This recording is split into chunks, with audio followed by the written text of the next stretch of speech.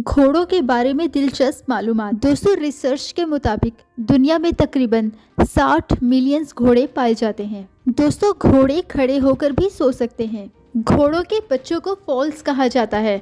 घोड़ों के बच्चे पैदाइश के फौरन बाद ही खड़े हो सकते हैं, बल्कि पैदाइश के 2 घंटे बाद ही दौड़ सकते हैं।